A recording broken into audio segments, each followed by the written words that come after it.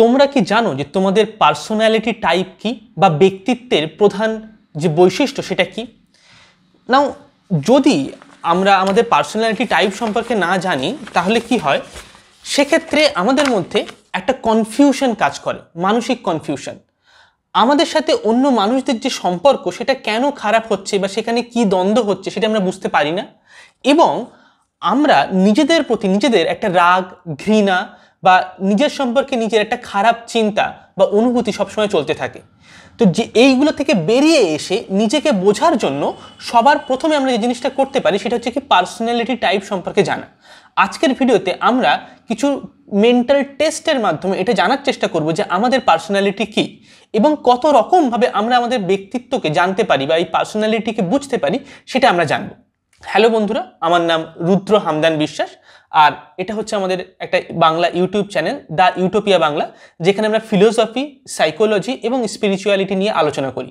এবং আজকের ভিডিও শেষ হতে হতে আমরা বিভিন্ন রকম মেন্টাল টেস্ট করার মাধ্যমে বিভিন্ন রকম ছবিকে ব্যবহার করে, ঠিক আছে, আমাদের যে পার্সোনালিটি সেটা কি আমরা বোঝার চেষ্টা করব। ওকে, এবং কিভাবে আমরা জানতে পারবো আমাদের পার্সোনালিটি কি, বিভিন্ন ছবিকে ব্যবহার করে বিভিন্ন রকমের প্রজেক্টিভ টেক্সট এবং অবজেক্টিভ টেক্সটের মাধ্যমে। জীবনে সফল হওয়ার জন্য এবং সুখে থাকার জন্য সবথেকে যদি গুরুত্বপূর্ণ কোনো একটা জিনিস থাকে তাহলে সেটা হচ্ছে আমাদের মাইন্ডসেট। যদি আমাদের কাছে সঠিক মাইন্ডসেট, অনেক শক্তিশালী মাইন্ডসেট না থাকে তাহলে সেটা জীবনের প্রত্যেকটা ক্ষেত্রেই প্রভাবিত করবে। তাহলে আমরা যে কাজটা করতে চাইবো সেখানে আমরা কনসেন্ট্রেট করতে পারবো না। আমরা যে টাকা পয়সা রোজগার করতে চাইবো সেখানে আমাদের টাকা পয়সাতে আমরা উন্নতি করতে পারবো না। আমাদের যে সম্পর্ক হবে সেটাও ভালো হবে না। কারণ মাইন্ডসেট যখন ফিক্সড হয়ে যায় যে আমি আমার বৈশিষ্ট্যগুলোকে পাল্টাতে পারি না, আমি পরিবর্তন করতে পারবো না, আমি এরকমই, যখন এরকম ফিক্সড বা রিজিড হয়ে যায় এটা জীবনের যে কোনো ক্ষেত্রেই, তখন সেই ক্ষেত্রে আমরা আর কোনো রকম উন্নতি করতে পারি না। এই ফিক্সড মাইন্ডসেট থেকে আমাদেরকে পরিবর্তন করে একটা গ্রোথ মাইন্ডসেট দরকার, যেখানে আমরা এটা ভাবতে পারবো বা এটা আমরা বুঝতে পারবো যে আমাদের বৈশিষ্ট্যগুলো সেগুলো সুনির্দিষ্ট নয়, সেটাকে আমরা পরিবর্তন করতে পারি বিভিন্ন রকম অভ্যাসের মাধ্যমে, বিভিন্ন রকম জিনিস জানার মাধ্যমে। সেই মাইন্ডসেটকে কীভাবে পরিবর্তন করতে হবে যদি আপনি সেটা জানতে চান তাহলে আপনি আমাদের অ্যাডভান্সড মাইন্ডসেট কোর্সের সঙ্গে যুক্ত হতে পারেন। এই কোর্সে 50টারও বেশি আলাদা মাইন্ডসেট দেওয়া হয়েছে এবং কিভাবে আমরা একটা নেগেটিভ মাইন্ডসেটকে একটা পজিটিভ মাইন্ডসেটে পরিবর্তন করতে পারি সেটা সম্পর্কে আলোচনা করা হয়েছে 6টা ডিফারেন্ট স্টেপের মাধ্যমে। এই অ্যাডভান্স মাইন্ডসেট কোর্সে যুক্ত হতে গেলে আপনাকে নিচে হোয়াটসঅ্যাপ যে নাম্বারটা দেওয়া আছে এখানে আপনি হোয়াটসঅ্যাপ করে লিখতে পারেন অ্যাডভান্স মাইন্ডসেট, অথবা আমাদের ডেসক্রিপশন বক্সে হোয়াটসঅ্যাপের লিঙ্ক দেওয়া আছে, সেখান থেকেও আপনি আমাদের এই কোর্সের সঙ্গে যুক্ত হতে পারেন। এই কোর্সে যুক্ত হওয়ার জন্য কোনো ফিস নেই, তবে হ্যাঁ, এটা পুরোপুরি ফ্রি নয়। এটা যে কোনো অ্যামাউন্ট ডোনেশন আপনি দিতে পারেন, যে কোনো পরিমাণ অর্থ যেটা আপনার সাধ্যের মধ্যে আছে, সেটা 100, 200, 500 টাকা বা তার থেকে বেশিও হতে পারে, আবার সেটা তার থেকে কমও হতে পারে। ওকে, তো এই কোর্সে যাতে সবার কাছে অ্যাফোর্ডেবল হয় সেই জন্য আমরা এটা ডোনেশন বেস কোর্সের উপরে রেখেছি। তবে তার আগে আমাদেরকে 3টে বিষয় সম্পর্কে জানতে হবে। 1, পার্সোনালিটি বলতে কি বোঝায় বা পার্সোনালিটি কাকে বলে। 2, পার্সোনালিটি কত রকমের হয় বা কত রকমভাবে আমরা পার্সোনালিটিকে টেস্ট করতে পারি, কতগুলো আলাদা আলাদা থিওরি আছে পার্সোনালিটি টেস্টের। এবং 3, কিভাবে আমরা নিজের পার্সোনালিটিকে নিজে টেস্ট করতে পারি, অথবা যদি আমরা আমাদের পার্সোনালিটিকে অন্য কোনো ডক্টর বা যে সাইকোলজিস্ট তার কাছ থেকে টেস্ট করাতে চাই তাহলে সেটা আমরা কিভাবে করাতে পারি, কোন ডক্টর বা কার কাছে যাওয়া উচিত, যাওয়ার আগে আমাদের কোন কোন জিনিসগুলো সম্পর্কে সচেতন থাকা উচিত, অথবা যদি আমরা নিজের পার্সোনালিটিকে নিজে টেস্ট করতে চাই তাহলে আমরা কিভাবে করতে পারি। এই 3টে জিনিস আমরা জানবো আজকের ভিডিওতে। এবং সবার প্রথমে আমরা চলে আসি পার্সোনালিটি টেস্ট কাকে বলে বা পার্সোনালিটি বলতে কি বোঝায়। পার্সোনালিটি কথাটার মানে হচ্ছে এমন একটা বৈশিষ্ট্য যেটা কনসিস্টেন্ট, অর্থাৎ আমার মধ্যে কিছু এমন জিনিস আছে যেটা আজকেও আছে বা আজ থেকে 4-5 বছর আগেও ছিল, আবার 5-7 বছর পরেও থাকবে, এবার 10 বছর পরে থাকবে। এমন কতগুলো বৈশিষ্ট্য, কতগুলো টেন্ডেন্সি, মনের কতগুলো স্লোপ, মনটা একদিকে বারবার বেঁকে যায় বাস্তবের মধ্যে। সেই যে বৈশিষ্ট্যগুলো সেগুলোকে আমরা বলতে পারি কি পার্সোনালিটি, যেটা সময়ের আলাদা আলাদা আলাদা আলাদা পয়েন্টের মধ্যেও একই থাকে। ওকে, এবার সেই যে বৈশিষ্ট্য সেগুলো কি, এবং শুধুমাত্র আমার জীবনের সময়ের মধ্যে একই থাকবে এমনটা নয়, সেটা হচ্ছে অন্যান্য মানুষের মধ্যেও থাকতে পারে। বিভিন্ন মানুষের একটা গ্রুপ থাকতে পারে, তাদের পার্সোনালিটি একই রকম। ওকে, এবং এটা শুধুমাত্র এমন নয় যে আমার বা কিছু মানুষের মধ্যে এখন আছে, বরঞ্চ আজ থেকে 500 বছর আগেও এই ধরনের পার্সোনালিটির মানুষ পৃথিবীতে ছিল, বা আজ থেকে 1000 বছর আগেও ছিল, বা এখন পৃথিবীর অন্য দেশেও এই ধরনের পার্সোনালিটির মানুষ আছে। এবার এই যে পার্সোনালিটি সেটা আমাদেরকে নিজের সম্পর্কে জানতে সাহায্য করে। এই পার্টিকুলার যে বৈশিষ্ট্য সেগুলো একটা সাটেল বা একটা সুপ্ত অবস্থায় থাকে, যেগুলো আমাদের বৈশিষ্ট্য আমাদেরকে প্রভাবিত করছে, কিন্তু হয়তো আমরা পুরোপুরি সেটা সম্পর্কে জানি না বা জানতে পারছি না, ঠিক আছে, আমরা খেয়াল করতে পারছি না। সেটা হচ্ছে কি পার্সোনালিটি। ওকে, নাও অর্থাৎ ব্যক্তিত্ব, যেটাকে আমরা বাংলাতে যদি আমরা বলি ব্যক্তিত্ব। এবার এই যে পার্সোনালিটি টেস্ট যদি আমরা করতে চাই, যেমন আমরা আমাদের শরীরে ব্লাড টেস্ট করতে পারি। যদি আমার শরীরে কোনো অসুবিধা হয় তখন ডক্টরের কাছে গেলে কি বলে যে তোমাকে রক্ত পরীক্ষা করতে হবে, রক্তে কি কোনো প্রবলেম আছে কিনা, কোনো ভাইরাস বা ইত্যাদি, তার জন্য তোমাকে টেস্ট করতে হবে। ঠিক তেমনই আমাদের মাইন্ড কিভাবে কাজ করে সেটা বোঝার জন্য আমাদের পার্সোনালিটি টেস্ট করতে হয়, আমাদের সাইকোলজিতে কিভাবে কাজ করছে সেটা বোঝার জন্য। যদি কোনো মেন্টাল ডিসঅর্ডার থাকে, যদি কোনো ট্রমা থাকে আমাদের মধ্যে যেটা আমাদেরকে বারবার প্রভাবিত করছে, যদি আমরা বারবার জীবনে ভুল সিদ্ধান্ত নিই, ঠিক আছে, অনেক মানুষের ক্ষেত্রে দেখা যায় তারা জীবনে হয়তো 3বার বিয়ে করেছে, 3বারই ডিভোর্স হয়ে গেছে, তারা ভাবছে তার ভাগ্যটা খারাপ। কিছু কিছু মানুষের লাক এরকম হয়, কিন্তু আদতে এমন নয়। এটা তার আনকনসিয়াস মাইন্ডের একটা প্যাটার্ন। তার ভাগ্য খারাপ এমনটা নয়, জাস্ট সে তার আনকনসিয়াস মাইন্ডের প্যাটার্ন বলে সে জানতে পারছে না যেটা তার যেহেতু এটা তার আনকনসিয়াস মাইন্ডের প্যাটার্ন। ওকে, এবং এই যে মানে আনকনসিয়াস মাইন্ডের প্যাটার্ন সেটা হচ্ছে কি তার পার্সোনালিটিকে ডিফাইন করছে। তো সেই পার্সোনালিটিকে জানার মাধ্যমে আমরা আমাদের জীবনের অনেক রকমের সমস্যাগুলোকে বুঝতে পারবো, যে তার সাথে আমাদের বৈশিষ্ট্যের সম্পর্কটা কি, কিভাবে সেটা গেঁথে আছে, এবং সেটাকে আমরা অন্য অভিমুখে পরিচালনা করতে পারবো। এই পার্সোনালিটি টেস্ট ঠিক যেমন ব্লাড টেস্ট হয় বা সুগার টেস্ট হয়, ঠিক তেমন সেটা বিভিন্ন রকমভাবে আমরা করতে পারি, ঠিক আছে। আলাদা আলাদা থিওরি আছে, সেই থিওরিগুলোকে ব্যবহার করে আলাদা আলাদাভাবে আমরা পার্সোনালিটি টেস্ট করতে পারি। যেমন 3টে প্রধান থিওরি আমরা দেখতে পাই, যে থিওরিগুলোর সাহায্যে আমরা পার্সোনালিটিকে জানতে পারি, নিজের মন সম্পর্কে বুঝতে পারি। একটা যেটাকে বলা হয় ট্রেট থিওরি, যেটা হচ্ছে আইজেন্স মডেল পেন বলে একটা মডেল হয়, PEN শর্ট ফর্ম এটা, যার ফুল ফর্ম হচ্ছে সাইকোটিসিজম, এক্সট্রাভার্সন এবং নিউরোটিসিজম, শর্টে বললে PERN।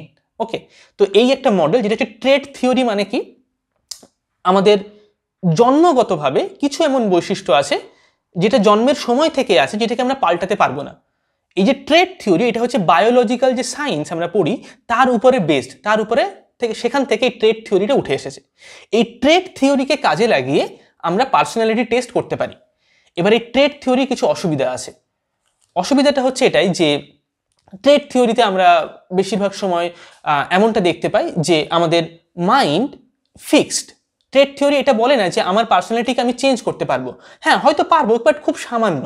কিন্তু এই পার্সোনালিটি জিনিসটা আমাদের সারা জীবন থেকে যাবে, আমার থেকে এটা পরিবর্তন আমি করতে পারবো না।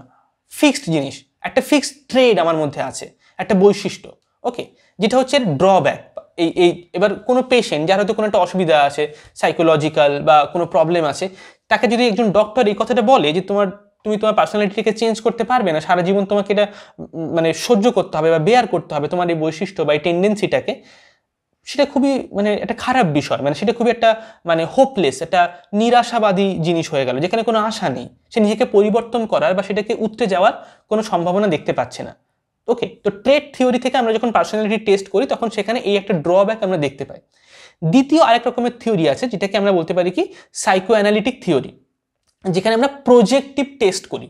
ওকে, যেমন পেন মডেলটার মাধ্যমে আমরা টেস্ট করতে পারি আমাদের পার্সোনালিটিকে, তেমন প্রজেক্টিভ মডেল আছে বা প্রজেক্টিভ টেস্ট হয়, সেটার মাধ্যমে আমরা আমাদের মাইন্ডকে মানে টেস্ট করতে পারি। আমি একটু বাদে দেখাবো প্রজেক্টিভ টেস্ট কিভাবে করতে হয় বিভিন্ন রকম পিকচার কার্ডের মাধ্যমে, ঠিক আছে, যেটা একটু বাদে ভিডিওতে আসবে। তো সেই প্রজেক্টিভ যে টেস্ট সেটা নির্ভর করে কোথা থেকে এসছে, সেটা হচ্ছে সাইকো অ্যানালিসিস থেকে আসছে। সিগমন্ড ফ্রয়েড বা হচ্ছে জিউং, তাদের যে থিওরি, সেখান থেকে পরবর্তীকালে অন্যান্য যারা ক্লিনিক্যাল লেভেলে যারা প্র্যাকটিক্যালি প্র্যাকটিস করে, মানে যারা মেডিকেল সায়েন্সের মধ্যে আছে বা যারা অন্যদের মানসিক রোগের চিকিৎসা করে, সাইকোলজিক্যাল বিভিন্ন ডিসঅর্ডার বা মেন্টাল হেলথের চেক আপ করে, তারা এই থিওরিটা বানিয়েছে। ফ্রয়েড এবং জিউংয়ের বিভিন্ন রকম সাইকোঅ্যানালিটিক যে সমস্ত থিওরি হয় সেগুলোকে কাজে লাগিয়ে প্রজেক্টিভ টেস্ট। এরপরে হচ্ছে আরেক ধরনের টেস্ট আমরা দেখতে পাই পার্সোনালিটি টেস্ট, সেটাকে বলা হয় কি ইন্টারপার্সোনাল থিওরির উপরে বেসড। এই যে থার্ড যে থিওরি ইন্টারপার্সোনাল থিওরি, সেখানে বলা হচ্ছে যে কোনো মানুষের পার্সোনালিটি সম্পূর্ণরূপে তার নিজের নয়, সেটা সবসময় অন্য একটা মানুষের সাপেক্ষে তৈরি হয়। অর্থাৎ আমার পার্সোনালিটি কেমন সেটা বিশুদ্ধ রূপে আমার নয়। বায়োলজিক্যাল যে ট্রেট থিওরি তার থেকে এটা অন্যরকম অনেকটাই। এখানে বলা হচ্ছে যে আমি যে সমাজে বড় হচ্ছি সেই সমাজের উপরে নির্ভর করছে আমার পার্সোনালিটি কেমন হবে। আমার বাবা মায়ের সাথে আমার যে সম্পর্ক সেখানে আমার পার্সোনালিটি একরকম, আমার বন্ধুদের সাথে আমার যে সম্পর্ক সেখানে আমার পার্সোনালিটি একরকম। অর্থাৎ আমার সাথে আমার বন্ধু, আমার বাবা মা, আমার হাজব্যান্ড বা ওয়াইফ বা আমার ছোটবেলার বিভিন্ন ঘটনা, অন্য মানুষের সাথে আমার যে সম্পর্ক সেটাকে আমি আমার আলাদাভাবে বিশুদ্ধ যে রূপটা আমার, যেখানে কোনো মানুষ নেই, আমার নিজের মধ্যে নিজের যে বৈশিষ্ট্য সেটা, আর অন্য মানুষের সাথে আমি যখন কাজ করছি, কথা বলছি, আমার যে সম্পর্ক এটা, এই দুটো জিনিস সম্পূর্ণ আলাদা নয়। অন্য মানুষের সাথে আমার সম্পর্কটাই আমাকে আমার পার্সোনালিটিকে তৈরি করছে। সেখানে আমার কিছু অংশ আছে, বাট তার সঙ্গে আমার সোসাইটি, তার সঙ্গে অন্য মানুষ বা অন্য মানুষের সাথে আমার যে সম্পর্ক সেটাও জড়িয়ে আছে। এটাকে বলা হচ্ছে কি ইন্টারপার্সোনাল থিওরি। ইন্টারপার্সোনাল থিওরিতে হচ্ছে যেমন হচ্ছে জোহারি উইন্ডো বলে একটা কনসেপ্ট হয়, যেটা হচ্ছে খুবই একটা ইন্টারেস্টিং কনসেপ্ট পার্সোনালিটি টেস্টের একটা, যেটা সম্পর্কে আমরা আজকের ভিডিওতে আলোচনা করব না। ওটা যেহেতু একটু বড় কনসেপ্ট, ওটার জন্য একটা সম্পূর্ণ একটা আলাদা ভিডিও দরকার, তো সেটা আমি একটা অন্য ভিডিওতে আলোচনা করবো, জোহারি উইন্ডো বলে। সেখানে আমরা দুটো জিনিস শিখতে পারি, একটা হচ্ছে সেলফ স্টিম আর হচ্ছে সেলফ কনসেপ্ট। জাস্ট আমি যদি ছোট্ট করে বলি, নাও সেলফ কনসেপ্ট মানে কি? আমরা নিজের সম্পর্কে নিজে যা কিছু চিন্তা করি সেটা হচ্ছে সেলফ কনসেপ্ট। দেখা গেল অন্য মানুষ আমাকে বলছে যে রুদ্র, তোর কথা বলার কায়দা ভালো না, বা এটা তুই ভালো পারিস না। এবার যখন সে আমাকে এটা বললো, তখন আমার নিজের মনে নিজের সম্পর্কে আমি চিন্তা করতে শুরু করলাম যে হ্যাঁ, সত্যিই তো এটা সঠিক জিনিস, বা এটা ভালো বা খারাপ আমি চিন্তা করছি। নিজের সম্পর্কে যেমন আমরা অন্যের সম্পর্কে ভাবি, নিজের সম্পর্কে নিজে যখন ভাবছি তখন একটা ধারণা তৈরি হচ্ছে নিজের, সেটা হচ্ছে সেলফ কনসেপ্ট। এবার আরেকটা জিনিস যেটাকে হচ্ছে বলি কি আমরা সেলফ স্টিম, মানে দেখা গেল হয়তো 5 জন বন্ধু আমরা আছি, চা বা কফি খাচ্ছি, আমি হঠাৎ করে চাটা ফেলে দিলাম, আমার গায়ে পড়ে গেছে হাত দিয়ে নিতে গিয়ে, তখন আমার একটা বাজে ফিলিংস হচ্ছে, সবাই আমার দিকে তাকিয়ে আছে, এই বাবা আমি এরকম কেন হয়ে গেছি, একটা অকওয়ার্ড মুহূর্ত, আমার নিজেকে একটু লজ্জা বোধ হচ্ছে আর কি। ওই যে অনুভূতিটা, ফিলিংসটা, ওটাকে বলা হয় কি সেলফ স্টিম। ওকে, এবার সেলফ স্টিম মানে অ্যাকচুয়ালি অনুভূতিটা নয়, বরং আমরা নিজের সম্পর্কে নিজে কতটা ভালো অনুভব করি, কতটা পরিমাণ ভালো, এতটা ভালো নাকি আরো বেশি ভালো নাকি আরো বেশি ভালো, সবসময় নিজের সাথে নিজেরকে হ্যাপি থাকি, সুখে থাকি, আনন্দে থাকি সেরকম, নাকি সবসময় মনে হয় যে আমার আমার না আমি ভালো নেই, আমার সবসময় দুঃখে আছে, নিজের উপর একটা রাগ হচ্ছে, নিজের উপর একটা বিতৃষ্ণা অনুভূতি হচ্ছে, সেটাকে হচ্ছে বলা হচ্ছে কি সেলফ স্টিম। কোনো মানুষের সেলফ স্টিম অনেক লো হয়, কারোর হাই হয়। আবার কোনো মানুষের সেলফ কনসেপ্ট অনেক লো হয়, কারোর আবার হাই হয়। কারোর self concept high but self esteem low, কারোর আবার self concept low but self esteem high, কারোর আবার দুটোই হাই, কারোর আবার দুটোই লো। ওকে, অর্থাৎ নিজের সম্পর্কে চিন্তা এবং নিজের সম্পর্কে অনুভূতি, এই দুটো জিনিস আলাদা আলাদা বিষয়, যেটা আমরা জোহারি উইন্ডোতে আরো যখন শিখবো তখন আমরা ভালো করে সেই ভিডিওতে জানবো। আজকের ভিডিওতে আমরা অন্যরকম পার্সোনালিটি টেস্ট করব। তাহলে আমরা 3টে থিওরি জানলাম। ট্রেট থিওরি, যেটা বায়োলজির থেকে এসছে। সেকেন্ড, প্রজেক্টিভ থিওরি বা প্রজেক্টিভ টেস্ট, যেটা হচ্ছে আমরা সাইকোঅ্যানালিটিক থিওরি থেকে এসেছে। এবং থার্ড, যেটা হচ্ছে ইন্টারপার্সোনাল থিওরি থেকে এসেছে, যেমন জোহারি উইন্ডোর যে টেস্ট সেটা। ওকে, এবারে আমরা চলে আসবো কি different types of personality test. Personality test কত রকমের হয়, ডিফারেন্ট টাইপসের হয়, সেটা সম্পর্কে আমাদেরকে জানতে হবে। 2 রকমের টেস্ট হয়, একটাকে আমরা বলি কি অবজেক্টিভ টেস্ট, একটাকে আমরা বলি কি প্রজেক্টিভ টেস্ট। আজকের ভিডিওতে আমরা এই অবজেক্টিভ টেস্ট সম্পর্কেও আমরা প্র্যাকটিস করব এবং প্রজেক্টিভ টেস্টও আমরা প্র্যাকটিস করব। নাও অবজেক্টিভ টেস্ট মানে কি? এমন একটা টেস্ট আমাদের মাইন্ড সম্পর্কে, যেখানে আমরা এটা বোঝার চেষ্টা করছি আমাদের পার্সোনালিটিটা কি, সেটা হচ্ছে একটা বস্তুগত স্তরে। একটা উদাহরণ দিলে আমরা বুঝতে পারবো। ধরা যাক 100 জন মানুষকে টেস্ট করা হয়েছে, বা 1000 জন মানুষকে তাদের পার্সোনালিটি টেস্ট করা হয়েছে, বিভিন্ন প্রশ্ন উত্তর দেওয়া ছিল, সেই প্রশ্ন উত্তরগুলো তারা দিয়েছে, তার অ্যান্সার দিয়েছে, সেখান থেকে আমরা একটা অ্যাভারেজ গড় তাদের নিজের সম্পর্কে, নিজের অনুভূতি কি সেটা সম্পর্কে আমরা জানতে পেরেছি।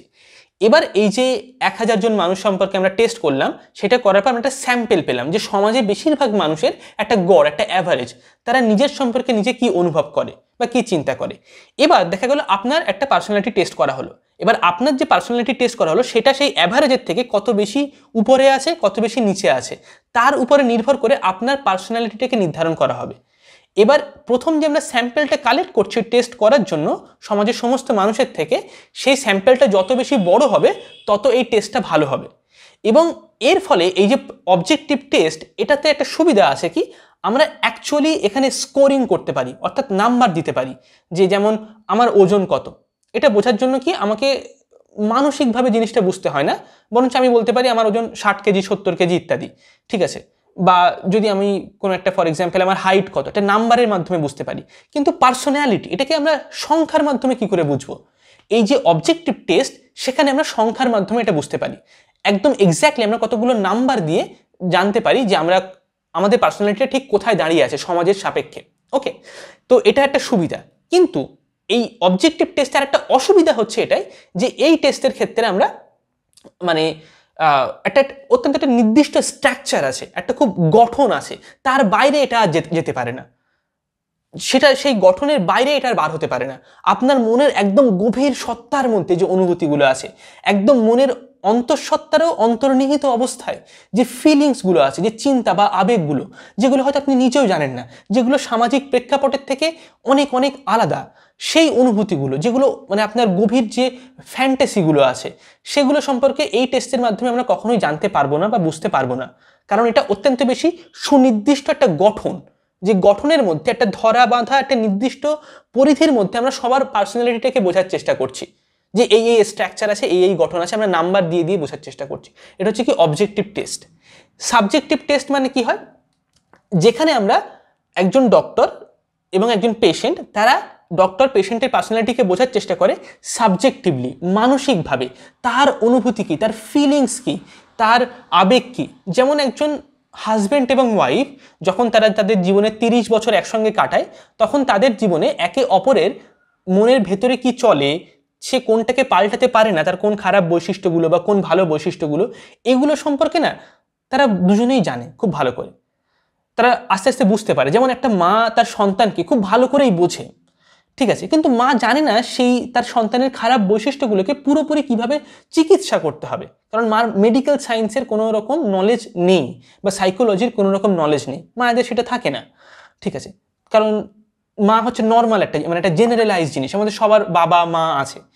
তো যখন এরকম বাবা মায়ের যেমন সম্পর্ক, বাবার সাথে মায়ের যেমন, বা হাজব্যান্ড ওয়াইফের যেমন সম্পর্ক, বা ছেলে মেয়ের সঙ্গে বাবা মায়ের যেমন সম্পর্ক, ঠিক এরকম একটা পার্সোনাল রিলেশন তৈরি করার মাধ্যমে ডক্টর এবং পেশেন্টের মধ্যে তারা অন্য মানুষের অন্তঃসত্ত্বার গভীরে যে অনুভূতিগুলো আছে সেগুলোকে বাইরে বার করে আনার চেষ্টা করছে। সেটা হচ্ছে কি প্রজেক্টিভ টেস্ট। প্রজেক্টিভ টেস্টে কি করা হয়, বিভিন্ন রকমের ছবি দেখানো হয় এবং সেই ছবির মাধ্যমে আমরা বিভিন্ন রকম জিনিস, যে পেশেন্ট সে সেই ছবিগুলো দেখে বিভিন্ন গল্প বলে, বিভিন্ন স্টোরি বলে, তার কি মনে হচ্ছে সেটা বলে, যে ছবিটার অ্যাকচুয়ালি কোনো মানে নেই। এবং যখন সে সেটা বলছে তখন তার মনের যে কনসাস মাইন্ড, সেখান থেকে চিন্তাগুলো আসতে পারবে না, কারণ ছবিটার কোনো মানে নেই, অনেক অদ্ভুত টাইপের ছবি। তার আনকনসাস মন থেকে সে জিনিসগুলোকে প্রজেক্ট করতে থাকবে সেই ছবিতে, যেটা আমরা নিজেরা ডিরেক্টলি মনের কনসাস মাইন্ড আনকনসাস মাইন্ড, এই কনসাস মাইন্ড আনকনসাস মাইন্ড সম্পর্কে জানতে পারে না। এবং এই আনকনসিয়াস মাইন্ড কনসিয়াস মাইন্ডে সবসময় অনবরত যাওয়ার চেষ্টা করছে, কিন্তু ধাক্কা খায় একটা জায়গাতে, যেটাকে বলা হয় কি সেন্সর।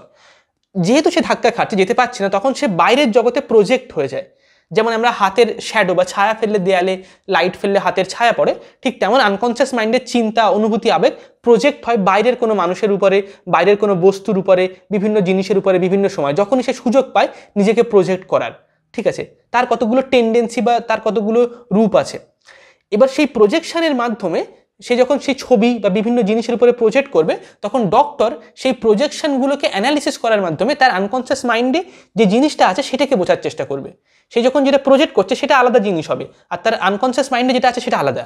সেই প্রজেকশনটাকে দেখে সেটাকে ইন্টারপ্রেট করার মাধ্যমে তার আনকনসিয়াস মাইন্ডে কী আছে সেটাকে বোঝার চেষ্টা করবে এবং সেটাকে আনকনসিয়াস থেকে কনসিয়াস মাইন্ডে নিয়ে আসার চেষ্টা করবে।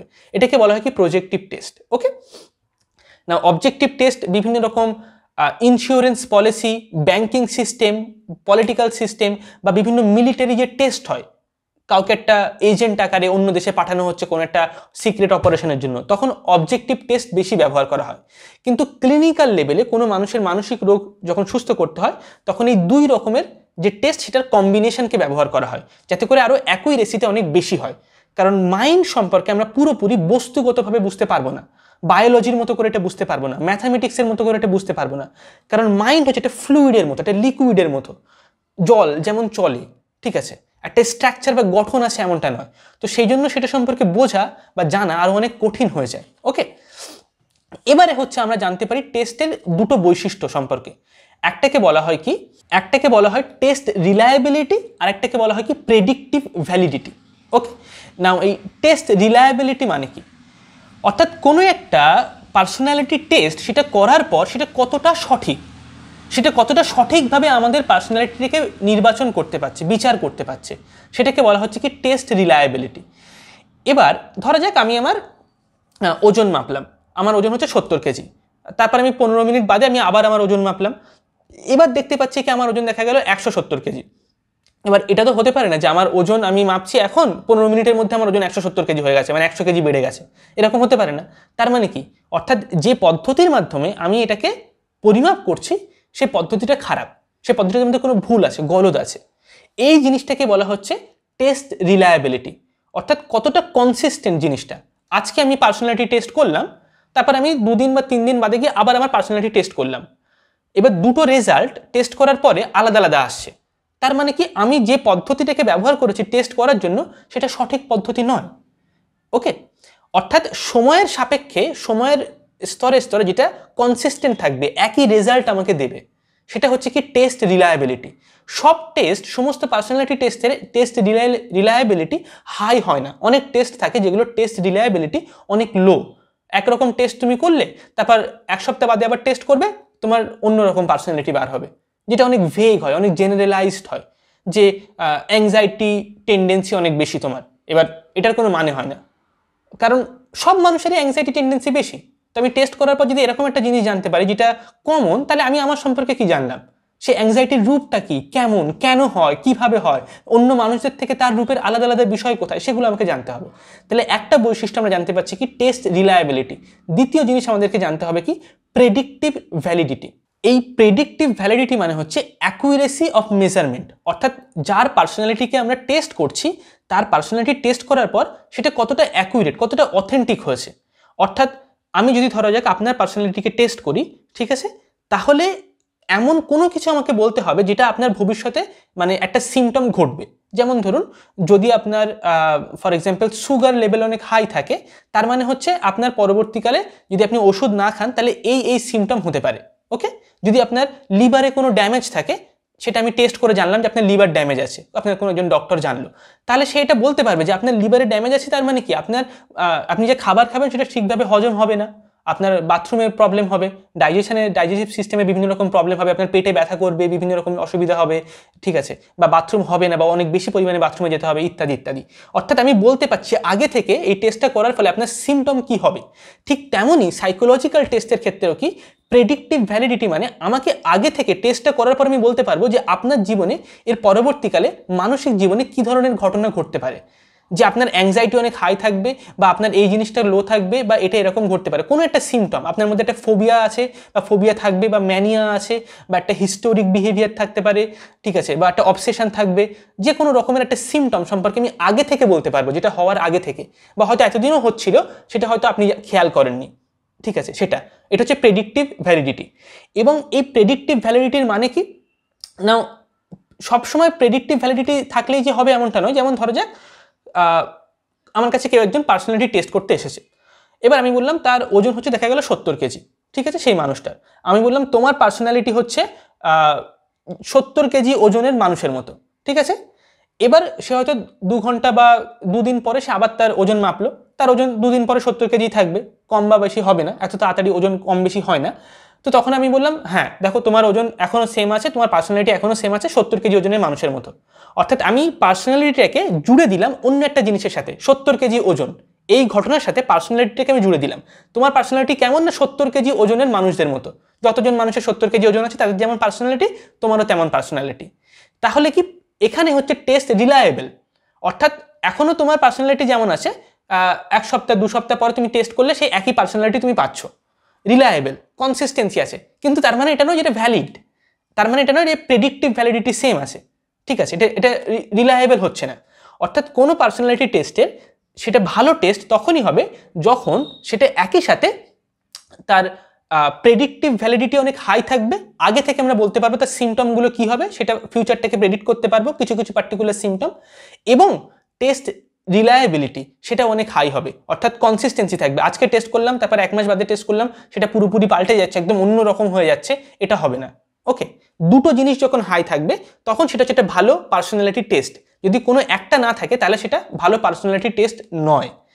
অবজেক্টিভ যে টেস্টগুলো আমরা করি পার্সোনালিটি টেস্ট, সেখানে কি হয় আমরা দেখতে পাই তার রিলায়েবিলিটি অনেক হাই এবং তার প্রেডিক্টিভ ভ্যালিডিটিও অনেক হাই। অর্থাৎ ওভারঅল সেই টেস্টটা দুটো বৈশিষ্ট্যকে মিলিয়ে অনেক বেশি হাই থাকে। কিন্তু প্রজেক্টিভ টেস্ট যখন আমরা করি তখন হচ্ছে কি দুটো জিনিস মিলিয়ে তার তুলনামূলক অনেক লো থাকে। কিন্তু এখানে একটা সমস্যা হচ্ছে অবজেক্টিভ টেস্টের মধ্যে সেটা সবসময় একটা ধরা বাঁধার সীমানার মধ্যেই আপনার সমস্যাগুলোকে সমাধান করবে। আপনার মনের অত্যন্ত গভীরে একটা পারপাসলেসনেস, পারপাস না থাকার যে অসুবিধা বা একটা মিনিং না থাকার যে অসুবিধা, একটা আপনার জীবনে একটা মিড লাইফ ক্রাইসিসের যে অসুবিধা, মানে সেই জিনিসগুলোকে সে এই টেস্টগুলো সমাধান করতে পারে না। এটা অত্যন্ত বেশি মেডিকেল সায়েন্সে অনেক বেশি ভ্যালিড, কিন্তু আপনার মনের অনেক গভীর সত্তার মধ্যেকার সমস্যাগুলোকে সমাধান করতে পারে না। সেটার জন্য আমাদের কি দরকার, এক রকমের প্রজেক্টিভ টেস্টের দিকে বেশি যেতে হয়। কিন্তু সেই টেস্টের রিলায়েবিলিটি এবং ভ্যালিডিটি মানে আছে অনেক বেশি, এখন ধীরে ধীরে বাড়ছে হোল ওয়ার্ল্ডে, কিন্তু সেটা হচ্ছে অবজেক্টিভ টেস্টের তুলনায় স্টিল এখনও কম, কারণ এটাকে সঠিকভাবে পরিমাপ করা যায় না। তো ওই জন্য এখন যারা চিকিৎসা করে মেন্টাল, মানে যারা সাইকোলজিস্ট বা যারা সাইকিয়াট্রিস্ট হয়, তারা হচ্ছে কি করে মাল্টিপল টেস্ট থিওরি বা ইন বিটুইন টেস্ট রিলায়েবিলিটি ব্যবহার করে। তারা একই সাথে আপনাকে দুটো অবজেক্টিভ টেস্ট দেবে, দুটো প্রজেক্টিভ টেস্ট দেবে, ঠিক আছে, এবং 4টে বা 3টে টেস্ট মিলিয়ে আপনার চিকিৎসা করার চেষ্টা করবে, যাতে করে আপনার টেস্টের অ্যাকুরেসিটা যেন রিলায়েবিলিটি আর প্রেডিক্টিবিলিটি দুটো যেন অনেক হাই থাকে, ঠিক আছে, যাতে করে টেস্টটা যেন টোটাল মিলে, ওই 4টে টেস্ট মিলে টোটাল যেটা দাঁড়াচ্ছে সেটা হচ্ছে আপনার সম্পূর্ণ টেস্ট, এবং সেটার ফলে কি মানে আপনার মাইন্ডটাকে বুঝতে অনেক সুবিধা হবে। ওকে, তো এই ছিল আমাদের পুরো টেস্টের বিষয়বস্তু। ওকে, এবারে আমি কতগুলো টেস্টের উদাহরণ দিয়ে বোঝাবো যে সেই টেস্টগুলো কীরকম হয়।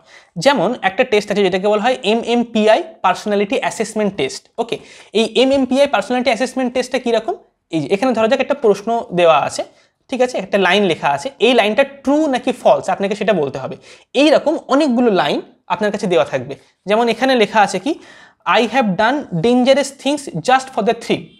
আমি আমার জীবনে অনেক ভয়ঙ্কর টাইপের কাজকর্ম করেছি শুধুমাত্র অ্যাডভেঞ্চার করার জন্য, থ্রিলের জন্য, একটু মজা পাওয়ার জন্য, কিন্তু যেগুলো অ্যাকচুয়ালি অনেক মানে ভয়ঙ্কর বা একটু ডেঞ্জারাস টাইপের ছিল, অনেক রিস্কি ছিল।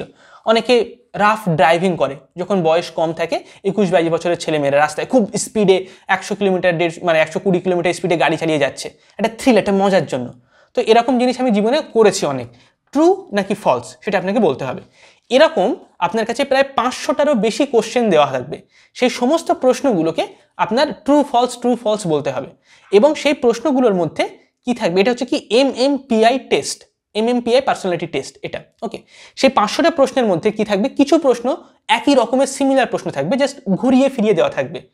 অর্থাৎ দেখা গেল একটাই প্রশ্নকে 30 বার দেওয়া আছে ওই 500টা প্রশ্নের মধ্যে, এবং সেটা জাস্ট অন্য রকমভাবে লেখা আছে। তো আপনি যখন উত্তরটা দিচ্ছেন তখন আপনি ভুল উত্তর দিতে পারবেন না বা ওটাকে ফেক করতে পারবেন না।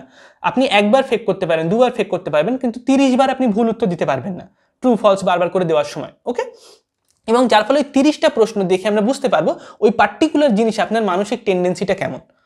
এটা হচ্ছে কি ওই 576টা মতো কোশ্চেন থাকে প্রায় অলমোস্ট এই MMPI টেস্টে, এবং সেখান থেকে হচ্ছে কি, সেখান থেকে সেই প্রশ্নগুলোকে একটা গ্রুপ আছে, সেগুলোকে এমনভাবে লেখা থাকে মনে হবে যেন প্রত্যেকটা প্রশ্নই আলাদা, কিন্তু অ্যাকচুয়ালি সব প্রশ্ন আলাদা নয়, একই প্রশ্ন ঘুরিয়ে ফিরিয়ে দেওয়া আছে। তো এটা হচ্ছে এক ধরনের টেস্ট যেখানে অনেক মানে খুব ইজি টেস্টটা দেওয়া, বেশিক্ষণ সময় লাগে না, জাস্ট ট্রু ফলস আপনাকে অ্যান্সার দিতে হবে, যার ফলে সেই টেস্টটা হয়ে যাবে। ওকে, এখানে যেমন আমি অনেকগুলো টেস্টের বিভিন্ন প্রশ্ন MMPI টেস্ট যেটা আছে তার কিছু কিছু প্রশ্নকে আমি এখানে দেখানোর চেষ্টা করেছি ট্রু ফলসের মধ্যে দিয়ে। ওকে, যেমন for example, I often feel nervous in social situation. বিভিন্ন সোশ্যাল সিচুয়েশনের মধ্যে আমার অনেক সময় নার্ভাস ফিল হয়, এটা কি ট্রু নাকি ফলস, ইত্যাদি ইত্যাদি। এবার আমরা আসি আর একটা পার্সোনালিটি টেস্ট, এটা একটা অবজেক্টিভ টেস্টের উদাহরণ দিলাম আমি। আর একটা অবজেক্টিভ টেস্ট হচ্ছে কি দ্য বিগ 5 পার্সোনালিটি রেঞ্জ, যেখানে একজন সায়েন্টিস্ট তিনি 5টা আলাদা আলাদা পার্সোনালিটি সম্পর্কে আলোচনা করেছেন, বলেছেন সমস্ত মানুষের পার্সোনালিটি এই 5টা পার্সোনালিটির মধ্যে আসে, বিগ 5 পার্সোনালিটি। ওকে, ঠিক আছে, সেগুলো কি কি, সেগুলো হচ্ছে ওপেননেস টু এক্সপেরিয়েন্স, তারপর হচ্ছে এগ্রিয়েবলনেস, এক্সট্রাভার্সন, আর একটা হচ্ছে কি কনসিয়াসনেস, আর একটা হচ্ছে নিউরোটিসিজম। ওকে, এই যে হচ্ছে 5টা ডিফারেন্ট পার্সোনালিটি। ওকে, বিগ 5। ওকে, বিগ 5 পার্সোনালিটি টেন্ডেন্সি। এই যে 5টা পার্সোনালিটি টেন্ডেন্সি আছে, প্রত্যেকটা মানুষের মধ্যে এই 5টা টেন্ডেন্সি কাজ করে, ঠিক আছে। যেমন ফর এক্সাম্পল যদি আমরা এই চার্টটা দেখি বিগ 5 পার্সোনালিটি টেস্টের, তাহলে আমরা উপরে দেখতে পাচ্ছি কি ওপেননেস। এই ওপেননেস কোনো মানুষের অনেক কম, কোনো মানুষের অনেক বেশি হতে পারে, ঠিক আছে। এটা হচ্ছে লো, আর এদিকে মানে হচ্ছে হাই। এরপরে হচ্ছে আমরা কি দেখতে পাচ্ছি কি কনসিয়াসনেস, ঠিক আছে। কনসিয়াসনেস কোনো মানুষের অনেক কম হতে পারে, কোনো মানুষের অনেক বেশি হতে পারে। তারপরে আমরা কি দেখতে পাচ্ছি কি এই এক্সট্রোভার্সন। এক্সট্রোভার্সন কোনো মানুষের কম হতে পারে, কোনো মানুষের বেশি হতে পারে, ঠিক আছে। তারপরে আমরা দেখতে পাচ্ছি কি এগ্রিয়েবলনেস, কোনো মানুষের কম, কোনো মানুষের বেশি। তারপর হচ্ছে নিউরোটিসিজম, কোনো মানুষের কম, কোনো মানুষের বেশি। অর্থাৎ এই 5টা টেন্ডেন্সি আমরা সব মানুষের মধ্যে দেখতে পাই। এবার তার মধ্যে কোনো একটা বা দুটো জিনিসে সেই প্রত্যেকটা মানুষ হাই হয়, ভালো হয়, আর বাকিগুলোতে তাদের লো থাকে। এবার তার উপরে নির্ভর করে তার পার্সোনালিটিটা কেমন সেটা হচ্ছে বিচার করা হয়। ওকে, যেমন যদি কারোর ওপেননেস বেশি হয় তাহলে সে হচ্ছে অনেক বেশি প্র্যাকটিক্যাল হবে, তার ইন্টারেস্ট রেঞ্জটা অনেক ন্যারো হবে, সে অনেক বিষয় সম্পর্কে তার ইন্টারেস্ট আছে, অনেক কিছু জানবো জীবনে, অনেক কিছু শিখবো এমনটা নয়, অনেক ন্যারো থাকবে, কম পরিমাণ জিনিস শেখার দিকে, ঠিক আছে। যা কিছু সে জানে না সেগুলোকে এড়িয়ে যাওয়ার চেষ্টা করে, এবং তার পরিবর্তন করতে কোনো জিনিস ভালো লাগে না, সব কিছু সবসময় একই রকমভাবে চললে তার ভালো লাগে, একটা স্টেবল সিচুয়েশনই বেশি ভালো লাগে। সে হচ্ছে অনেক বেশি কনভেনশনাল, অর্থাৎ সে প্রথাগত নিয়ম মেনে চলতে পছন্দ করে। এবং যার ওপেননেস অনেক কম সে অনেক বেশি ইম্যাজিনেটিভ, অনেক বেশি কল্পনাপ্রবণ হয়, ঠিক আছে। সব কিছু সম্পর্কে জানার একটা কৌতূহল থাকে, একটা কিউরিয়াস থাকে, ঠিক আছে। জীবনে চ্যালেঞ্জিং সিচুয়েশন থাকলে সে সেখানে ভেঙে পড়ে না, সেই চ্যালেঞ্জিং সিচুয়েশনটাকে সে গ্রহণ করতে জানে, চ্যালেঞ্জটাকে গ্রহণ করে সেটাকে উতরে যাওয়ার চেষ্টা করতে পারে। অ্যাবস্ট্রাক্ট থিঙ্কিং তার অনেক বেশি হয়। ওকে, কনসিয়াসনেস কি, তারা যাদের অনেক কনসিয়াসনেস হচ্ছে অনেক লো হয় তাদের ক্ষেত্রে কি হয়, তারা স্পন্টেনিয়াস, তারা অনেক তাৎক্ষণিকভাবে ঝটপট কিছু করে ফেলে বা একটা সিদ্ধান্ত নিয়ে ফেলে। তারা অনেক ফ্লেক্সিবল হয়, যে কোনো সিচুয়েশনে তারা মানিয়ে গুছিয়ে নিতে পারে। ওকে, তারা হচ্ছে কোনো জিনিসকে প্রোক্রাস্টিনেট করতে থাকে, পরে করব, এটা পরের দিন দেখে নেবো, এরকম। ওকে, যাদের কনসিয়াসনেস কি হয় লো, তারা হচ্ছে কি আনরিলায়েবল হয়, অত বেশি বিশ্বাসযোগ্য নয়, ঠিক আছে। কারণ তারা একটা জিনিস করবে বলে তারপর দেখা গেল সেটা সে করলো না, কারণ তার কনসিয়াসনেসটা অনেক লো। কনসিয়াসনেস মানে তার চেতনা, তার অ্যাওয়ারনেসের ক্যাপাসিটি অনেক কম। অন্যদিকে যাদের হাই তারা অনেক কি ডিসিপ্লিনড হয়, তাদের জীবনটাকে নিয়মানুবর্তিতার মধ্যে দিয়ে থাকে, তারা অনেক ডিটেল ওরিয়েন্টেড হয়। একটা কাজ করলে সেই কাজের অনেক ছোট ছোট সূক্ষ্ম যে বিষয় সেগুলো অনেক খেয়াল রাখতে পারে। তারা হচ্ছে কি ডিউটিফুল হয়, তারা সামাজিক দায়িত্ব বা তাদের ফ্যামিলি রেসপন্সিবিলিটি সেগুলোকে অনেক ভালোভাবে মানে করতে পারে, ম্যানেজ করতে পারে সব কিছু একসাথে। অনেক বেশি অর্গানাইজড হয়, তারা অনেক বেশি রিলায়েবল, তাদেরকে অনেক ট্রাস্ট বেশি করা যায়। এবং এটা দেখা গেছে সায়েন্টিফিক সায়েন্টিফিক এক্সপেরিমেন্টের মধ্যে এটা দেখা গেছে, যাদের কনসিয়াসনেস অনেক হাই হয় তারা জব মার্কেটে অনেক তাড়াতাড়ি চাকরি পায় এবং তাদের প্রমোশন অনেক বেশি তাড়াতাড়ি হয়। যাদের লো হয় কনসিয়াসনেস তাদের অনেক প্রমোশন অনেক কম হয় বা দেরিতে হয়, তাদের টাকা পয়সা অনেক কম রোজগার করে। ওকে, ঠিক একই রকমভাবে এক্সট্রোভার্সন হচ্ছে যারা হচ্ছে ইন্ট্রোভার্টেড হয়, তারপর হচ্ছে একদিকে সেলফ সাফিসিয়েন্ট হয়, তারা প্যাসিভ হয়, বেশি জিনিসের মধ্যে ইনভলভ হতে চায় না, তারা হচ্ছে শান্ত শিষ্ট স্বভাবের থাকে। অন্যদিকে যারা হচ্ছে এক্সট্রোভার্সন তারা হচ্ছে কি অ্যাক্টিভ, তারা সামাজিক বেশি কথাবার্তা বলে, তারা বেশি নিজেকে ওপেন করে, অনেক অ্যাসার্ট করতে থাকে, বিভিন্ন সেন্টেন্স বলে, সামাজিক সিচুয়েশনে তার মতামতটাকে প্রকাশ করে, ঠিক আছে, অনেক বেশি অ্যাডভেঞ্চারাস হয় ইত্যাদি। যাদের এগ্রিয়েবলনেস অনেক হাই হয় তারা হচ্ছে কি এমপ্যাথেটিক হয়, অন্য মানুষদের ইমোশনকে তাড়াতাড়ি বুঝতে পারে, তাদের করুণার যে অনুভূতিটা সেটা অনেক বেশি হয়, তাদের অনেক বেশি বিশ্বাসযোগ্য হয় তারা, যেহেতু তারা সঙ্গে সঙ্গে আপনার সাথে এগ্রি করতে বেশি পছন্দ করে, আপনার মতামতটা সে বুঝতে পারে, আন্ডারস্ট্যান্ডিং আছে তার, ঠিক আছে। গুড নেচার, ওয়েল বিহেভড হয়, তারা জেন্টেল হয় ব্যবহারে, স্ট্রেট ফরওয়ার্ড হয়, সঠিক কথা সঠিকভাবে স্ট্রেট বলতে পারে, কোঅপারেট করতে পারে আপনার সাথে।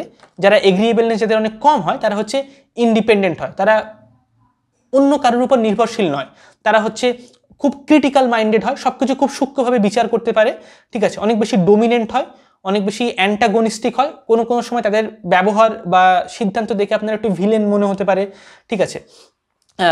আপনার সাথে কোনো সিচুয়েশনে তারা কোঅপারেট করতে রাজি হয় না যখন আপনি ওপেনলি সেটা বলেন তারপরেও, ঠিক আছে। এরপর হচ্ছে নিউরোটিসিজম মানে হচ্ছে যারা হচ্ছে হাই হয় নিউরোটিসিজম তারা হচ্ছে অনেক বেশি আনস্টেবল হয়, সবসময় অ্যাংজাইটিতে থাকে, বিভিন্ন জিনিসের দ্বারা তাড়াতাড়ি ইরিটেট হয়ে যায়, সেলফ কনসিয়াসনেস অনেক বেশি থাকে, মানে সবসময় সেলফ অবসেসড বেশি থাকে, সবসময় দুশ্চিন্তা করতে থাকে, এটা যদি খারাপ হয়, যদি রোড অ্যাক্সিডেন্ট হয়ে যায়, যদি আমি এটা না পারি, যদি পরীক্ষাটা না দিতে পারি তাহলে কি হবে, যদি আমার টাকা রোজগার না হয়, সবসময় এরকম নিউরোটিসিজমের টেন্ডেন্সি হচ্ছে এটা। যাদের অনেক কম থাকে নিউরোটিসিজম, তারা হচ্ছে কি অনেক কম্পোস্ট, নিজের মধ্যে নিজে সম্পূর্ণ, অনেক শান্ত, ধীর, অনেক বেশি কনফিডেন্ট থাকে, রেজিলিয়েন্ট হয়, ইভেন টেম্পার্ডও হতে পারে। অনেক সময় তাদেরকে আপনি বারবার বিরক্ত করার চেষ্টা করলে তারা একটু রেগে যেতে পারে, টেম্পার্ড হতে পারে। ওকে, তো এই ছিল হচ্ছে 5টা বিগ 5 পার্সোনালিটি রেঞ্জ। যতগুলো অবজেক্টিভ টেস্ট আছে তার মধ্যে এই টেস্টটাই আজকের দিনে ওয়ার্ল্ডে সবথেকে বেশি পপুলার। এই টেস্টটাকে বিভিন্ন সাইকোলজিস্টরা ব্যবহার করে থাকে তাদের বিভিন্ন পেশেন্টকে চিকিৎসা করার জন্য। প্লাস হচ্ছে যেটা আমরা একটু আগে আরেকটা যে টেস্ট বললাম MMPI টেস্ট, সেটাকে ব্যবহার করে থাকে। এই দুটো টেস্ট হচ্ছে সবথেকে বেশি পপুলার। ওকে, তো এই দুটো টেস্ট সম্পর্কে আমরা জানলাম। এগুলো কি হচ্ছে অবজেক্টিভ টেস্ট। এবারে আমরা আসবো কি প্রজেক্টিভ টেস্ট। এই যে আমরা বিগ 5 পার্সোনালিটি রেঞ্জ সম্পর্কে জানলাম, এই যে ওপেননেস, কনসিয়াসনেস, এক্সট্রোভার্সন, এগ্রিয়েবলনেস আর হচ্ছে নিউরোটিসিজম, এই OCEAN অর্থাৎ ওশান, এটাকে ইন শর্ট অনেক সময় বলা হয় কি ওশান টেস্ট, শর্ট ফর্মে। O for openness, C for consciousness, E for হচ্ছে extroversion, A for agreeableness, N for neuroticism. Okay, আচ্ছা, এগুলো গেল, এই দুটো হচ্ছে অবজেক্টিভ টেস্ট। এবার হচ্ছে আমরা আসবো কি প্রজেক্টিভ টেস্ট সম্পর্কে। প্রজেক্টিভ টেস্ট হচ্ছে দুটো প্রজেক্টিভ টেস্ট, যে দুটো সব থেকে ভালো টেস্ট। অনেকগুলো টেস্ট হয়, অনেক রকমের টেস্ট আছে। সেই দুটো ভালো টেস্ট কি, একটা হচ্ছে আপনাকে বলি কি হচ্ছে রসাক টেস্ট। রসাক বলে একজন সায়েন্টিস্ট ছিল, তিনি এটা আবিষ্কার করেন। আর একটা হচ্ছে কি ট্যাট থিমেটিক টেস্ট বা ট্যাট টেস্ট ইন শর্ট। রসাক টেস্টের মধ্যে কি করা হয়, আপনাকে বিভিন্ন রকমের ছবি দেখানো হয়। ওকে, নাও যেমন হচ্ছে ধরুন এখানে যে অনেকগুলো ছবি, ধরুন এই ছবিটা ধরুন, আপনাকে এইরকম একটা ছবি দেখানো হবে। ওকে, এই ছবিটা দেখানোর পর আপনাকে বলা হবে যে আপনার এই ছবিটা দেখে কি মনে হচ্ছে, আপনি কি দেখতে পাচ্ছেন এই ছবিটার মধ্যে। একটা কোনো গল্প বলুন বা কোনো স্টোরি বলুন, বা কি দেখা যাচ্ছে এই ছবিটার মধ্যে সেটা বলুন। আপনি কোনো মানুষ দেখতে পাচ্ছেন, অনেকে ব্যাট দেখতে পায়, অনেকে হচ্ছে প্রজাপতি দেখতে পায়, ঠিক আছে, অনেকে অন্য কোনো পতঙ্গ দেখতে পায়, কোনো প্রাণী দেখতে পায়, ঠিক আছে, বা তারা স্বপ্নের মধ্যে কোনো কিছু দেখেছে সেটা দেখতে পায়। এই ছবিটার মধ্যে আপনি কি দেখতে পাচ্ছেন সেটা আপনাকে বলতে দেওয়া হবে। এই রকম অনেকগুলো ছবি আছে রসাক টেস্টে। ওকে, সেই ছবি টোটাল হচ্ছে আই থিঙ্ক 10টা বা 11টা। 10টা প্রথমে উনি দিয়েছিলেন, পরে মনে হয় আরও একটা অ্যাড করেছিল। টোটাল এই হচ্ছে 10টা ছবি। এই 10টা পিকচার কার্ড বলা হয় এগুলোকে, রসাক টেস্টের পিকচার কার্ডস। এই পিকচার কার্ডসগুলো একটা একটা করে পেশেন্টকে দেখানো হবে এবং প্রত্যেকটা কার্ড সম্পর্কে তাকে একটা করে গল্প বলতে হবে, কিছু জিনিস তাকে বলতে হবে। যখনই সে সেটা বলবে, তখন যে ডক্টর থাকবে তখন সেগুলোর মধ্যে কিছু প্যাটার্ন সে খুঁজে বার করার চেষ্টা করবে, কিছু জিনিস সে বোঝার চেষ্টা করবে, এগুলোকে ইন্টারপ্রেট করার চেষ্টা করবে ইন্টারপ্রিটেশনের মাধ্যমে। কারণ এই ছবিগুলোর কিন্তু আপনি দেখেই বুঝতে পারছেন এই ছবিটার কোনো মানে নেই, মানে এখানে কি দেখা যাচ্ছে, মানে যে কোনো কিছু আপনি এখানে দেখতে পারেন, ঠিক আছে, কোনো নির্দিষ্ট কোনো জিনিস নেই। মানে এটা 3+2=5, একটা নির্দিষ্ট জিনিস, কিন্তু এটা কোনো নির্দিষ্ট কোনো জিনিস নেই, কোনো মানে নেই। তো যার ফলে কি বিভিন্ন মানুষ তার আনকনসিয়াস মাইন্ডে যা কিছু আছে সেটাকে এটার মধ্যে প্রজেক্ট করে দেয়, সেটা তো আবার সে দেখতে পায়।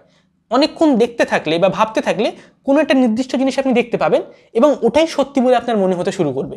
এগুলো অনেক অ্যাম্বিগুয়াস টাইপের, অনেক অনিশ্চয়তামূলক ছবি, অনেক সুনির্দিষ্ট নয় এমন ছবি। ওকে, এগুলোকে বলা হয় কি ইঙ্ক বল্ট।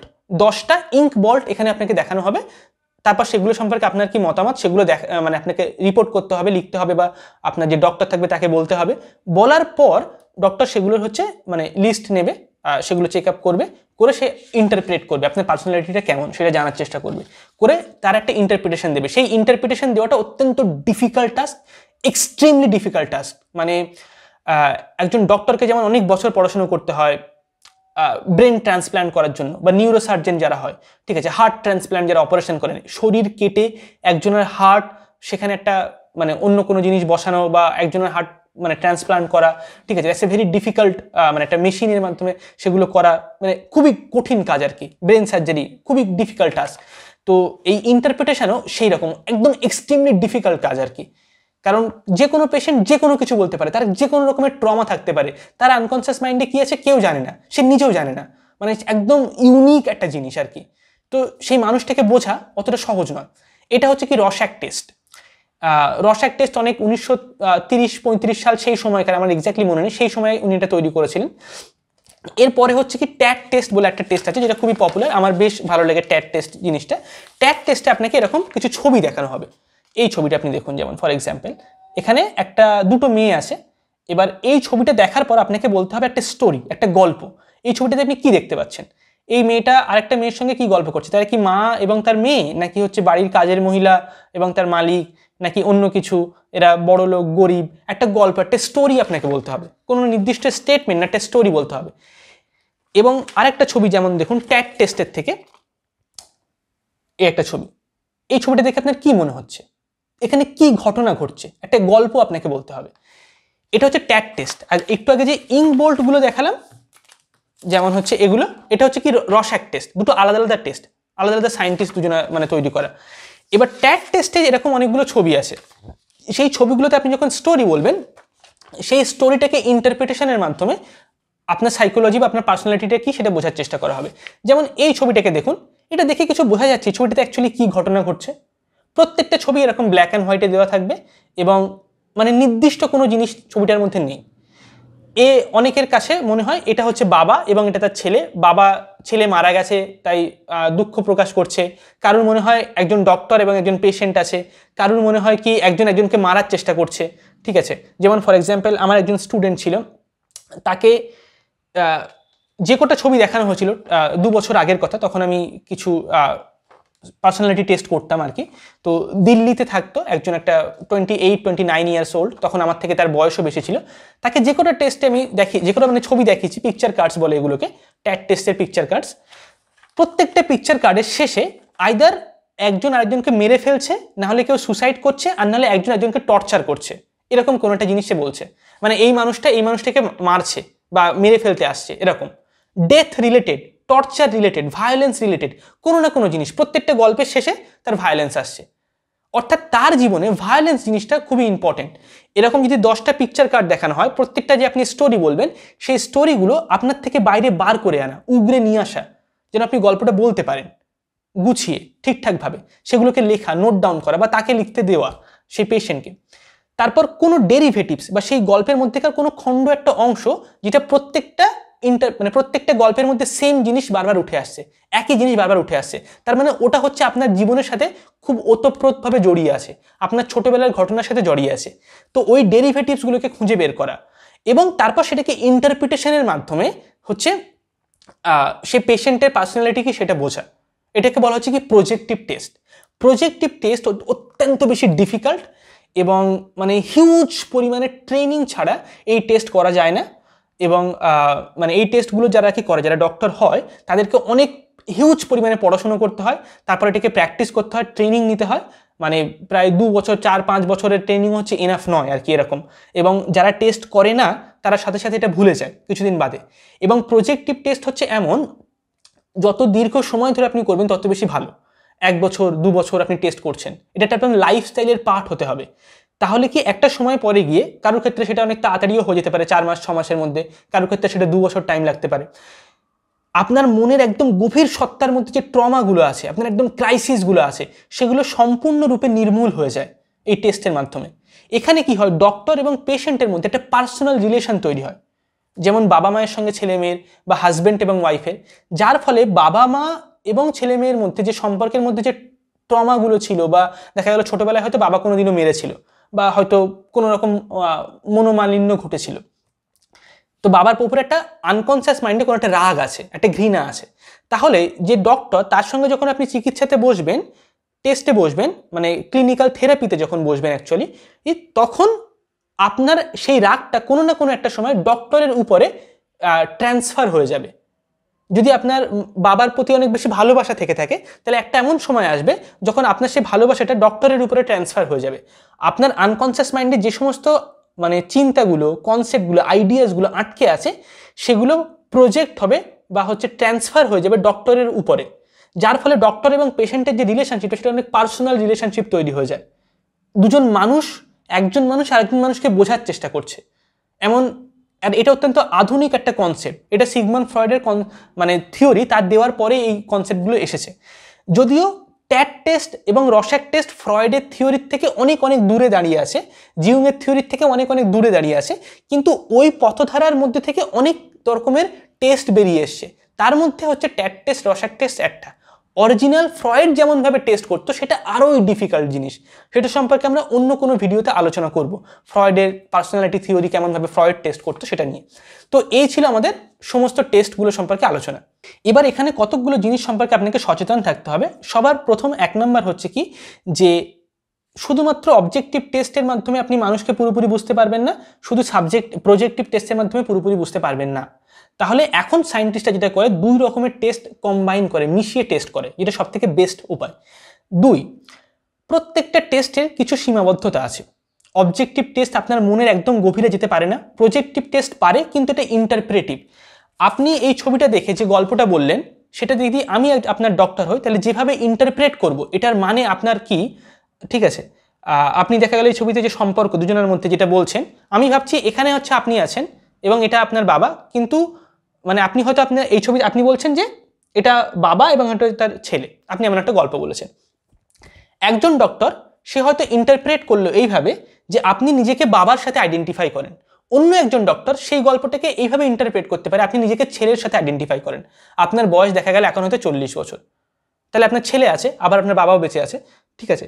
তো যে গল্পটা আপনি বলছেন, সেটার যে ইন্টারপ্রিটেশনটা দিচ্ছে, সেটা শুধু আপনার উপরে নয়, সেই ডক্টরটার উপরেও নির্ভর করে। ওকে, তো যার ফলে শুধুমাত্র প্রজেক্টিভ টেস্টের মাধ্যমে জিনিসটা উঠে আসবে এমনটা নয়, তো আপনাকে সেখানে অবজেক্টিভ টেস্টও ইনক্লুড করতে হবে। জন্য 2 রকমের টেস্ট মিশিয়ে এখন টেস্ট করা হয়, 3টে বা 4টে টেস্ট করা হয়, যেখান থেকে ডক্টররা সেই টেস্ট থেকে যে রেজাল্ট আসে সেটা বুঝতে পারে। তারপর তাকে টেস্টটা তো হলো, টেস্টের পর হচ্ছে আসল কাজ, ইন্টারপ্রিটেশন শুরু হবে। যে ডক্টর বেশি যত পড়াশুনো করেছে, যত বেশি সে ইন্টারপ্রিটেশন দিয়েছে, যত বেশি সে তার এক্সপিরিয়েন্স, সে তত ভালো টেস্ট করতে পারবে প্রজেক্টিভ টেস্ট। এমনটা কিন্তু একদম ভাববেন না যে প্রজেক্টিভ টেস্ট ইউজফুল নয়।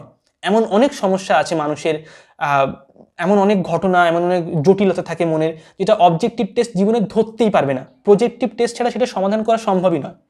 কিন্তু প্রজেক্টিভ টেস্ট যে 100% সবসময় সমাধান হয় এমনটাও আবার নয়, ঠিক আছে? কিন্তু এটা থেকে যে সবসময় হেল্প হয়, আপনি এখন যে অবস্থাতে আছে তার থেকে যে উন্নতি হবে সেটা সবসময় হয়।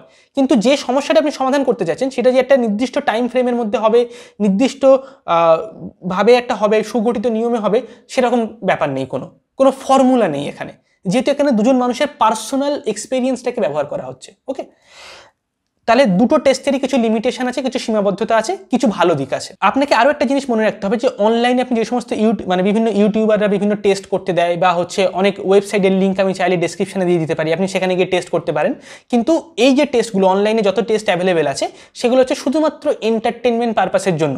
সেগুলো কোনো রকম আপনার সিরিয়াস, আপনার যে মনের গভীর বা বিশেষ যে বৈশিষ্ট্যগুলো, আপনার অ্যাকচুয়াল যে পার্সোনালিটি, সেটা সম্পর্কে পুরোপুরি মানে এক্সপ্লেন করতে পারে না। এগুলো জাস্ট এন্টারটেনমেন্টের জন্য বিভিন্ন রকম ওয়েবসাইট বানানো হয়েছে। তো অনেক ইউটিউবার পার্সোনালিটি টেস্ট করে, কাউন্সিলিং করে, ঠিক আছে, অনেকে ফেসবুকে করে, ঠিক আছে, তো আপনার অনেক ওয়েবসাইট আছে সেখানে করে। তো সেই সমস্ত ফাঁদে পা দেবেন না, কারণ বিশেষ করে যারা প্রজেক্টিভ টেস্ট করে এবং যারা টাকা নেয় এটার জন্য, কারণ এটার জন্য যে পরিমাণ ট্রেনিং দরকার, যে পরিমাণ পড়াশোনা দরকার, আপনি ভাবতে পারছেন না। মানে শুধু যদি ফ্রয়েডের কথা বলি, ফ্রয়েডের হচ্ছে আপনার 24টা বই আছে। যেমন ধরুন ফর এক্সাম্পল, এখানে আমার ফ্রয়েডের 4টে বই, 20 নম্বর ভলিউম, এটা হচ্ছে 9 নম্বর, এটা 10 নম্বর, এটা 6 নম্বর ভলিউম, এরকম টোটাল 24টা বই আছে ফ্রয়েডের। আপনি বুঝতে পারছেন, জিউংয়ের প্রায় অলমোস্ট 30টা বই আছে। তাহলে কতটা বই তাকে পড়তে হচ্ছে, তারপর তাকে আবার সেই ইন্টারপ্রিটেশনের টেকনিকটাকে ট্রেনিং নিতে হবে, তারপর সেটাকে তাকে টেস্ট করতে হবে, তারপরে গিয়ে সে একজন প্রফেশনাল ডক্টর হলো, ঠিক আছে? ইন্ডিয়াতে আমি মানে আমার নিজের ফ্যামিলি মেম্বারের জন্য আমি টেস্ট করাতে নিয়ে গেছিলাম ডক্টরের কাছে, সে যা টেস্ট করেছে সেটা দেখে আমার মানে হাসি পাচ্ছে রীতিমতো। 2000 টাকা নিয়েছে আমার কাছ থেকে, ঠিক আছে, but it was like totally useless. তো অনলাইনে যারা টেস্ট করায় বা এরকম ধরনের করে, একদমই সেই মানে ফ্রডের মধ্যে পা দেবেন না। এবং কারণ বেশিরভাগ ডক্টর অত বেশি ট্রেনিং নেয় না, অত বেশি মানে বিশেষ করে প্রজেক্টিভ টেস্ট। অবজেক্টিভ টেস্ট তাও বা কিছু হয়তো আপনি পেয়ে যেতে পারেন, প্রজেক্টিভ টেস্টে তো একদমই, এটা পুরোপুরি ডক্টরের ট্রেনিংয়ের উপর ডিপেন্ড করছে কত ভালো আপনি রেজাল্ট পাবেন। এবং লাস্ট হচ্ছে কি, নিজের টেস্ট আপনি নিজে করলে সব থেকে বেস্ট। আর যদি আপনি নিজে না করতে পারেন, তাহলে হচ্ছে কি আপনাকে পড়াশুনো করতে হবে, বা এমন কোনো ডক্টরের কাছে যেতে হবে যে অ্যাকচুয়ালি এই জিনিসটা জানে, যে এই বিষয় নিয়ে পড়াশুনো করেছে, যার কোনো ডিগ্রি আছে, বা যে হয়তো অনেক বেশি এক্সপেরিয়েন্সড, সেরকম কারোর কাছ থেকে আপনার এই বিষয়ে টেস্ট করানো উচিত যদি আপনি করাতে চান ইন কেস। তো আশা করি আপনি মোটামুটিতে ধারণা পেয়েছেন। এবার এই সমস্ত যে পার্সোনালিটি টেস্ট, তার থেকে অনেক অনেক ঊর্ধ্বে আছে হচ্ছে সিগমন্ড ফ্রয়েডের থিওরি, তার থেকে অনেক অনেক ঊর্ধ্বে আছে কার্ল গুস্তাভ জিউংয়ের থিওরি, তার থেকে অনেক অনেক ঊর্ধ্বে আছে হচ্ছে কি জ্যাক ল্যাকনের থিওরি। সেই ফ্রয়েড, জিউং আর ল্যাকন, এই তিনজনকে যদি আপনি বুঝে যান, তাহলে আপনার কোনো টেস্টের কিচ্ছু প্রয়োজন হবে না, কোনো কিছু জানার দরকার হবে না, আপনি এমনি এমনি সব কিছু বুঝতে পারবেন। মানে এতটাই তাদের থিওরিগুলো প্রোফাউন্ড, ঠিক আছে? এবং সেই থিওরিগুলোকে আপনি শুধু আপনার নিজের উপরে ব্যবহার করতে পারবেন এমনটা নয়, বরং অন্য মানুষের উপরে ব্যবহার করতে পারেন, পলিটিক্যাল থিওরিতে ব্যবহার করতে পারেন, ইকোনমিক্সে ব্যবহার করতে পারেন, মিলিটারি স্ট্র্যাটেজিতে ব্যবহার করতে পারেন, সোশ্যাল ভ্যালুসে ব্যবহার করতে পারেন, ঠিক আছে, ইকোনমিক্সে মানে বিভিন্ন ফিল্ডে আপনি ব্যবহার করতে পারেন ওই ফ্রয়েডের থিওরিগুলোকে বা জিউংয়ের থিওরি বা জ্যাক ল্যাকানের থিওরি। এবং এই হোল ওয়ার্ল্ডে যত মানুষ সাইকোলজি নিয়ে পড়াশোনা করেছে তাদের মধ্যে এই তিনজনই হচ্ছে সব থেকে গ্রেট, ফ্রয়েড, জিউং, ল্যাকন, এবং আরেকজন যদি বলতে হয় তাহলে হচ্ছে উইলিয়াম জেমস। উইলিয়াম জেমসের যেমন ফর এক্সাম্পল এই বইটা উইলিয়াম জেমসের দ্য প্রিন্সিপাল অফ সাইকোলজি বলে, সে ওয়ান্ডারফুল বুক, খুব সুন্দর লেখা। এবং এইটা 2টো ভলিউম আছে উইলিয়াম জেমসের প্রিন্সিপাল অফ সাইকোলজি, যেটা হচ্ছে আমরা আমাদের পরবর্তী কোর্স যেটা পারপাসফুল লিভিং বলে একটা কোর্স আমরা লঞ্চ করছি, এটা পেইড কোর্স, এটা ডোনেশন বেসড নয়, যেটা হয়তো আমরা ডিসেম্বরের এন্ডে অথবা জানুয়ারির শুরুতে আমরা লঞ্চ করব, ঠিক আছে। তো যে কোর্সটাতে যদি তোমরা যুক্ত হতে চাও, সেখানে উইলিয়াম জেমসের কিছু থিওরি আমরা ব্যবহার করব সেই কোর্সের মধ্যে লাস্ট চ্যাপ্টারে। যে কোর্স সম্পর্কে আমি এক্ষুনি কিছু জানাতে চাই না, বাট কিছুদিন পরেই আমাদের ইউটিউব চ্যানেলে বলে দেওয়া হবে যদি আপনি সেই পেইড কোর্সে যুক্ত হতে চান সেটা কীভাবে যুক্ত হতে পারেন এবং সেখানে কী কী বিষয় শেখানো হবে ইত্যাদি ইত্যাদি। ওকে, তো এই ছিল আজকের ভিডিও, পার্সোনালিটি টেস্টের ভিডিও। তো যদি তোমাদের ভিডিওটা ভালো লেগে থাকে তাহলে অবশ্যই কমেন্ট সেকশনে জানিও, এবং তোমরা ভিডিওটাকে লাইক শেয়ার করো অবভিয়াসলি। এবং যদি তোমরা অ্যাডভান্স মাইন্ডসেট কোর্সের সঙ্গে যুক্ত হতে চাও তাহলে অবশ্যই আমাদের হোয়াটসঅ্যাপ নাম্বারে আমাদেরকে মেসেজ করতে পারো অ্যাডভান্স মাইন্ডসেট লিখে। আজকের জন্য এতটুকুই, পরের ভিডিওতে আবার দেখা হবে। থ্যাংক ইউ সো মাচ, চলো টাটা।